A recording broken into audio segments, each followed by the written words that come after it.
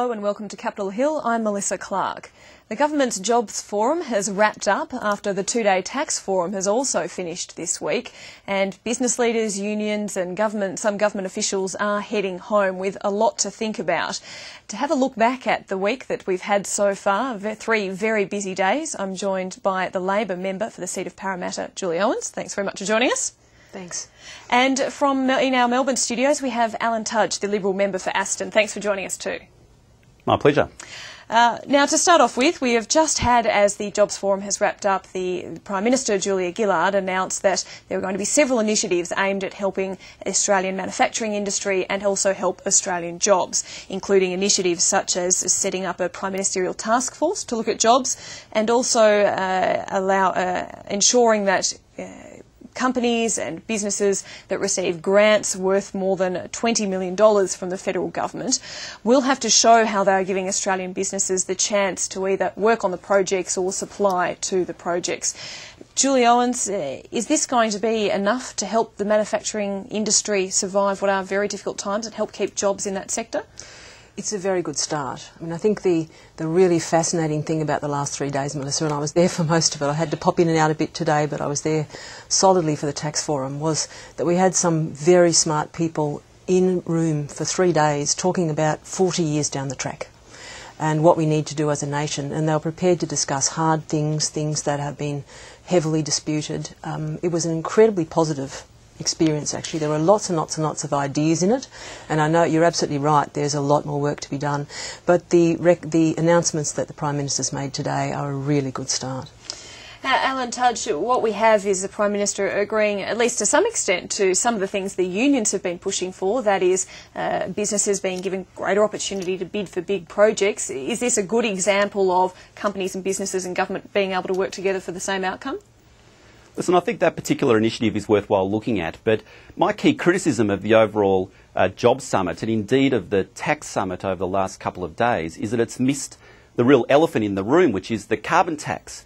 Because if you're talking about jobs, which has been the main topic of discussion for today, I mean, there's one thing which is on the table right here and now, which we're going to be voting upon next Wednesday, which according to the Treasury modelling of Victoria and New South Wales is going to cost tens of thousands of jobs across this country.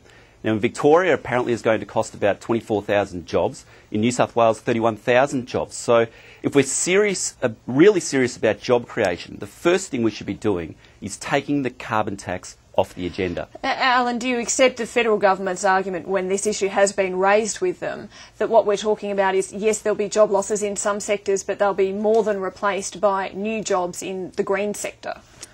Well, that's not the case according to the New South Wales and the Victorian Treasury modelling. They've done a net analysis, and their net analysis is, as I said, 24,000 jobs lost in Victoria and 31,000 in New South Wales. I mean, just yesterday when we're referring to manufacturing, one of our biggest manufacturing sectors is car making. And we had the CEO of Nissan, one of our car manufacturers, come out yesterday and say that the carbon tax will crush his business. Now, that's a very strong word from one of our captains of industry. You know, here we are, we're all gathering together in Canberra today to talk about jobs. But this is the main game. If we want to do a single action that we can do today to help with job creation, that is to take the carbon tax off the agenda. Now, Julie Owens, what do you say to that? Were you just praising the fact we have all these community and business leaders talking about 40 years in advance, but one of the biggest economic transformations, as the government itself describes it, hasn't been really up for discussion? Why not? Look, the Treasury modelling clearly shows that there will be jobs growth under a price on carbon. I agree with Malcolm Turnbull, who made a speech in the last couple of days saying that clean energy does create jobs. If you're looking at jobs, 30, 40 years down the track, they won't be in the carbon-intensive industries. The world is moving away from it. Last year there was more investment in clean energy so why not put it than on in the carbon agenda? trade. Why not have carbon tax as part of a major feature of discussions in the Jobs Forum if it's going the to discussion be on the discussion on pricing carbon has been going on now since 2007. There's been white papers, green papers, exposure drafts, endless discussion in the House of Reps in 2009, and an incredible amount of business modelling. The decision on that, the work on that has been done. It's the right thing to do. It's the right thing to do for the future of this country, and it is in the Parliament now. Alan Tudge, a while back, Tony Abbott gave a speech to a CEDA forum where he said governments shouldn't prop up ailing industries, but on the same hand, where there's a national interest, the government should act and intervene to ensure that what's needed in the national interest is still there, particularly when it comes to some manufacturing sectors. How does the coalition decide where to draw the line as to what's appropriate for the government action to take and what's not? Because a lot of business community seemed very confused after that speech. Yeah, it was a very good speech by Mr Abbott, that particular one, and it was backed up again by a further speech which he made a week ago, talking about our productivity agenda. The key things, though, which he's emphasised is by and large we can't revert back to protectionism, which is one of the things which many of the unions were arguing for today and over the last couple of days.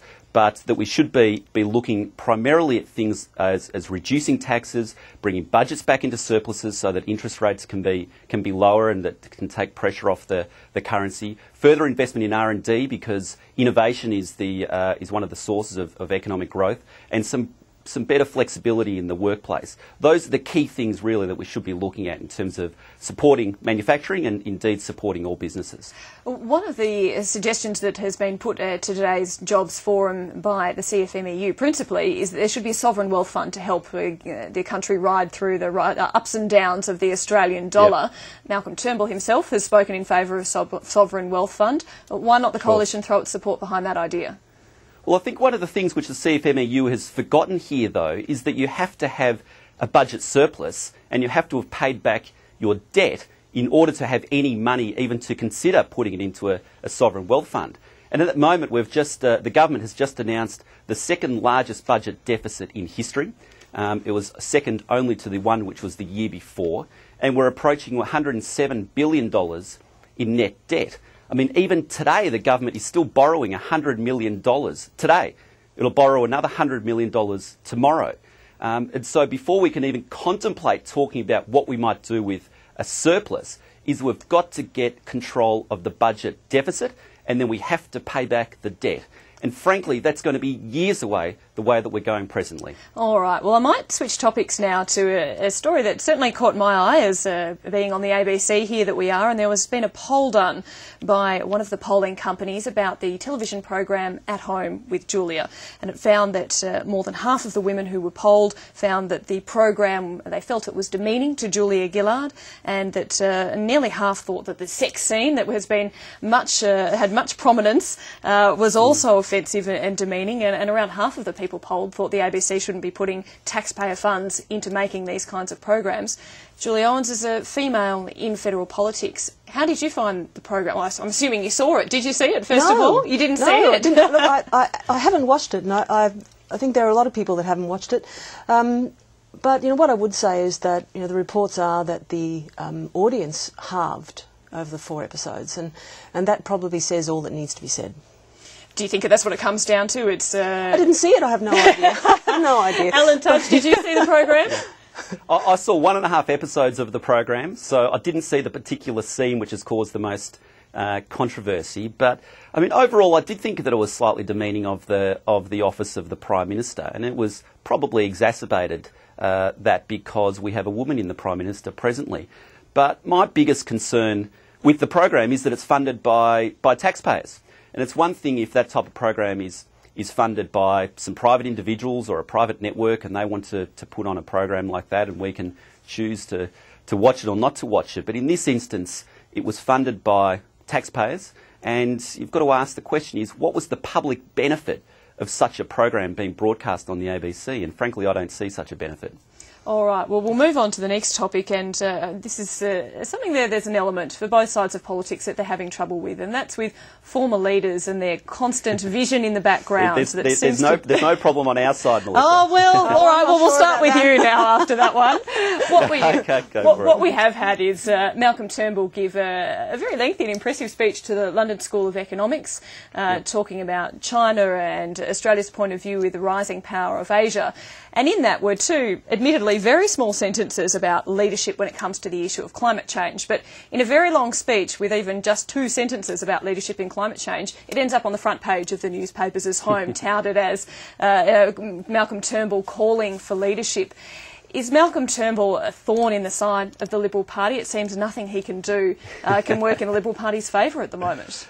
Well, Melissa, what Malcolm Turnbull said, and I haven't read his full speech, but I've read the newspaper articles you're referring to. What he said was frankly nothing new, and it's not uncommon for senior coalition members, or indeed senior government members, when they're overseas, to talk more broadly and outside their portfolio responsibilities. But what is very clear, however, is that there is complete unity and stability within the coalition ranks. Some of the more senior members of the coalition that have been around a long, long time say it's the most stable leadership regime we have inside the coalition for 15 years.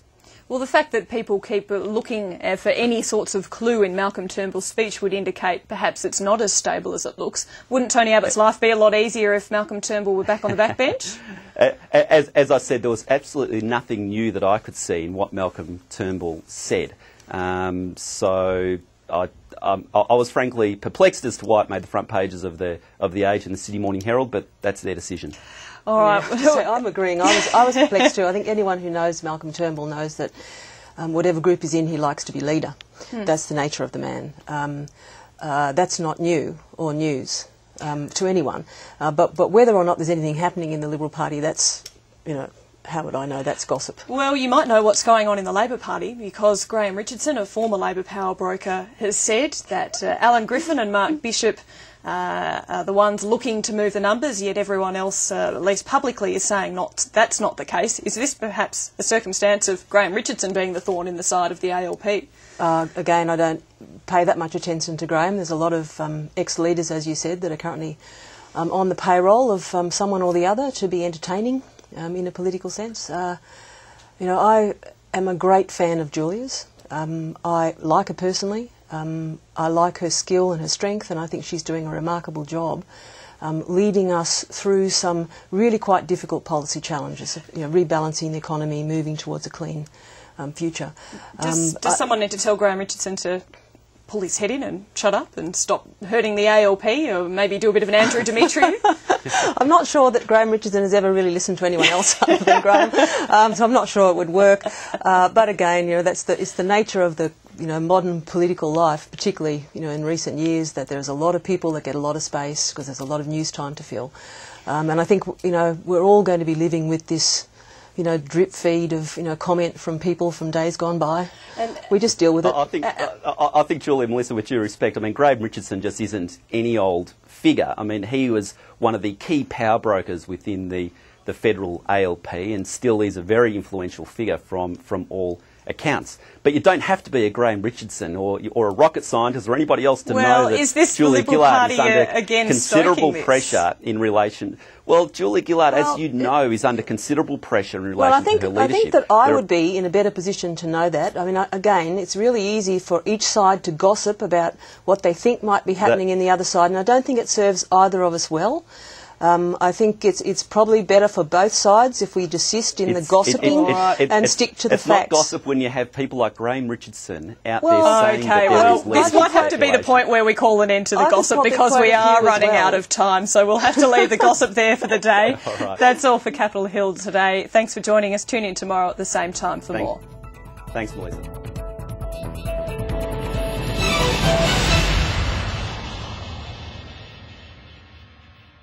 Q&A.